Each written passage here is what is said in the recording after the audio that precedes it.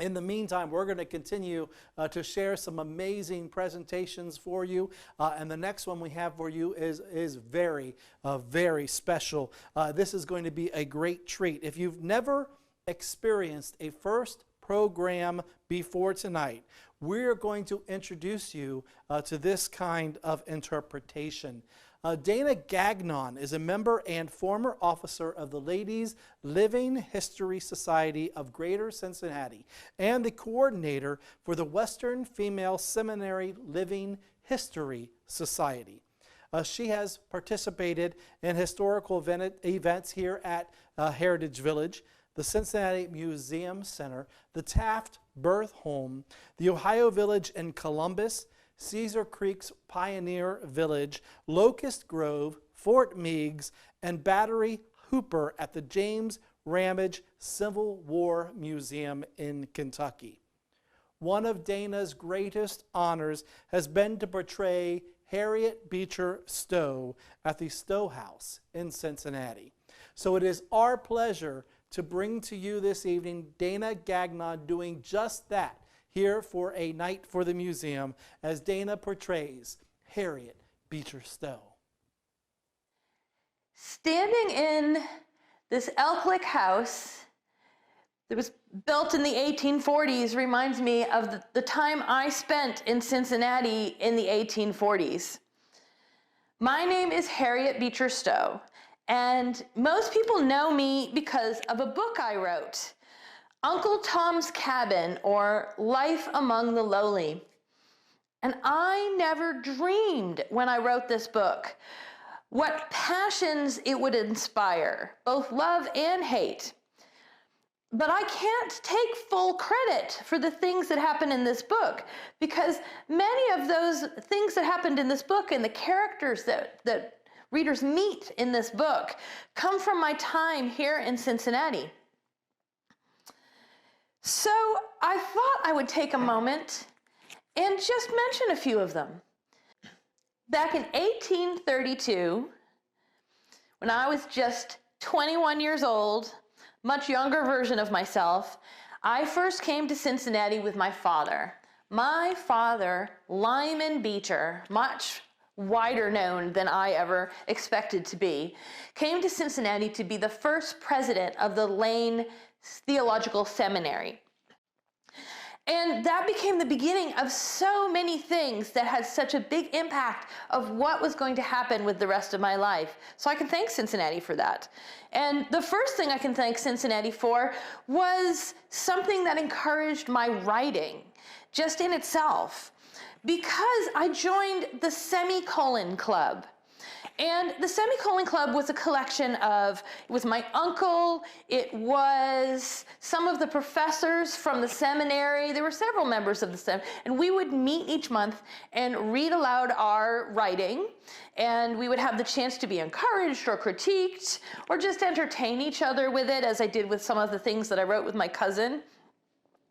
And one of the things that happened was that I was encouraged to submit one of my stories to the newspaper for a contest, and I won, which means that was some of my very first published writing happened right here in Cincinnati, Ohio. So I can thank Cincinnati for that. But I can also thank the Semicolon Club for something more important to my life, because one of the members was a Mr. Calvin Stowe.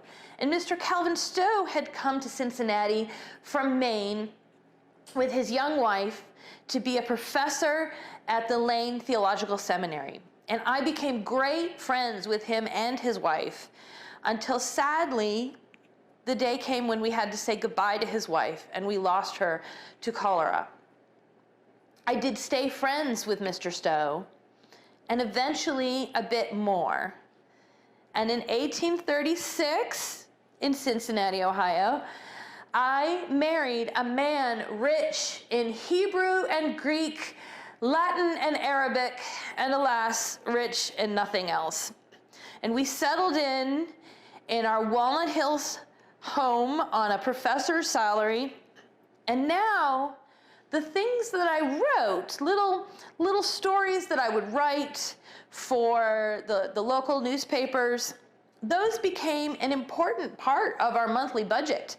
I could do the math. When I looked at our expenses, that his professor's salary would only go this far in our expenses, and I needed to write this many more stories to make up the difference. So it became a very important part of our household. In 1836 is when Calvin and I welcomed our first daughters, Eliza and Harriet, twins, and then many more children to bring us joy after that. And that's when I discovered what a wonderful stay-at-home husband Mr. Stowe could be. Because at times when I needed to travel to Vermont to take the waters for my health, Mr. Stowe stayed home and wrote me letters from Cincinnati about being a proper little mother duckling with the children following him around the house. And I was very grateful for the gentleman that I became friends with during our time at the Semicolon Club. Of course, he also had his times that he had to travel to take the waters. Our health really suffered here in the valley of Cincinnati. In 1849 is when Cincinnati and much of the nation suffered from a cholera epidemic. So as I wrote Calvin letters from Cincinnati while he was away, I had news to report. So many in the city have died, but don't worry, your family is safe at home up here in Walnut Hills. But then the sickness came to Walnut Hills. And then Aunt Frankie, who did the laundry and spent so much time at my hearth telling stories to me, was one of the victims. And then it was our little precious dog that even he was taken. And then our littlest precious baby, just a year and a half old, our Samuel Charles, our sunshine, was taken ill. And at first he seemed to be rallying, and I thought he would make it. And I said, "Don't worry, Calvin, I think he's going to make it." But then I held him, and he wanted comfort I couldn't give. And then he was gone. And I was grateful that I had family here. But I found myself thinking of slave mothers who lose their children, but lose their children to places not so wonderful as that to which the Lord took my Samuel Charles. And so,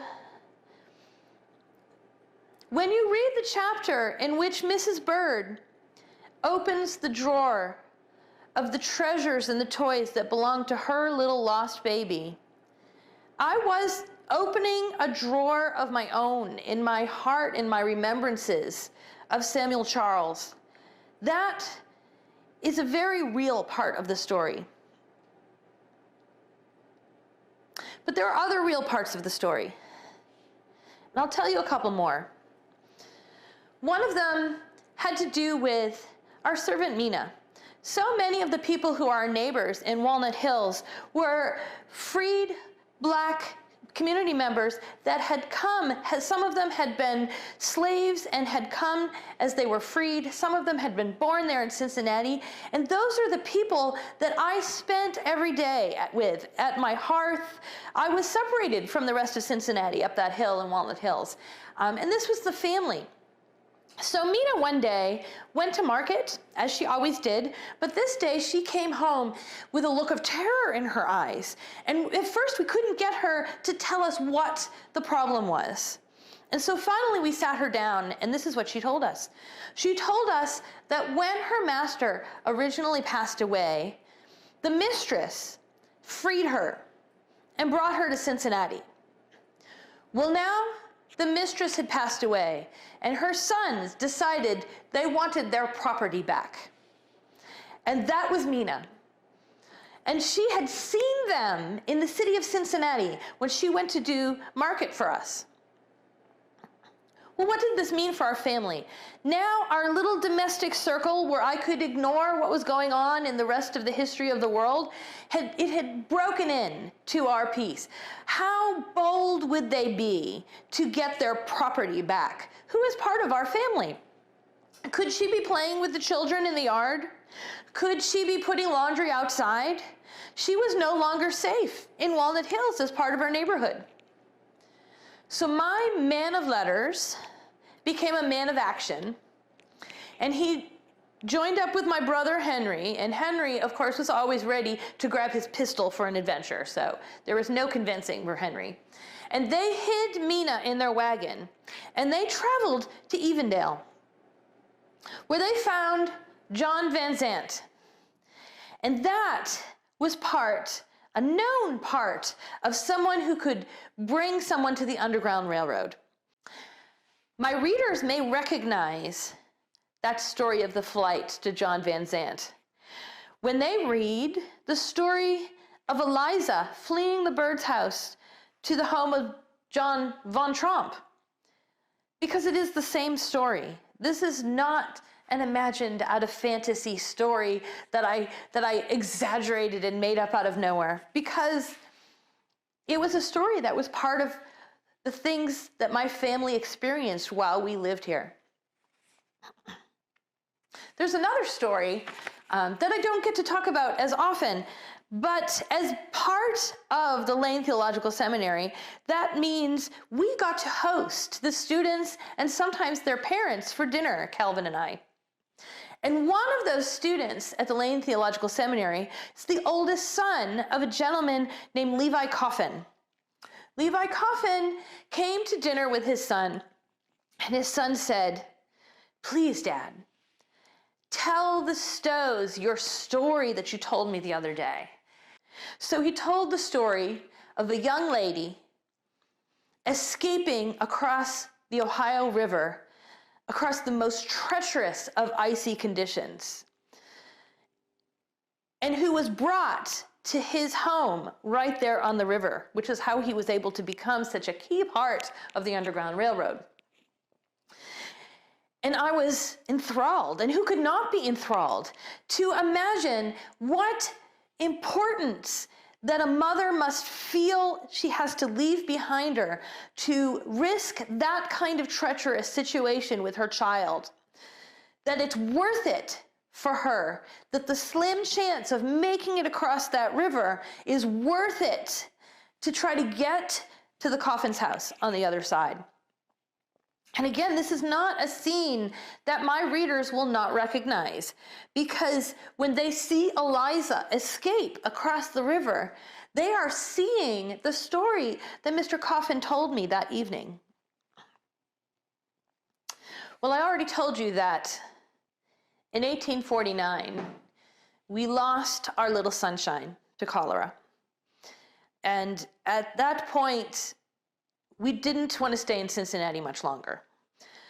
So when Mr. Stowe was offered a position at Bowdoin College in Maine, he accepted it. And I went up to Maine to begin to get the house ready. Now, on the way, I stopped in Boston because my brother Edward lived in Boston. And so it was at Edward's house in 1850 that I heard that the Fugitive Slave Law had been passed. Now we were required to enforce a law that we despised. Now, we could no longer afford to be complacent and say, well, there is a safe space, and it's not reaching us here. They were no longer content to have us leave them alone with their peculiar institution. Now Boston, which was the very place where the shot was heard round the world for freedom, was not allowed to offer that freedom to every man who came to our state.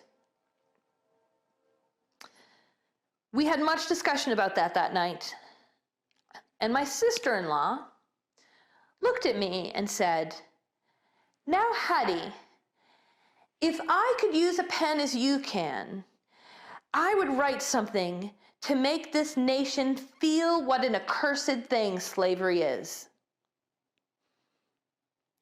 Well, I finished the move up to Maine, and we did add one more sweet child to our family. But I also took that to heart and took time to write a story that could hopefully reach people in ways that all of the tracts and speeches and articles had failed to do. And I wrote Uncle Tom's Cabin. And the National Era agreed to pick it up and print it. And they printed it in installments. And I was astonished to see how quickly the entire country was reading this, and how it was later printed into a book so that it could be published all around the world and translated into so many different languages. And since I wrote those words down, I have met President Lincoln, and I have traveled to England, and I have become friends with the Duchess. And I never dreamed that any of those things would ever happen. But the seeds of what I put into this book come right back here to Cincinnati, Ohio, where I'm standing today in this kitchen by this stove, which is so much nicer than what I cooked on in Walnut Hills.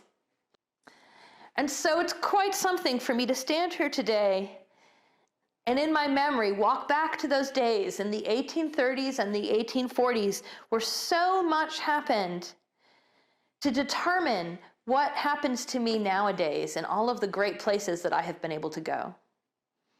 So thank you for taking this trip down memory lane with me. Wow, when I say that the Heritage Village Museum brings history to life, it's presentations like that from Dana that really makes that come true.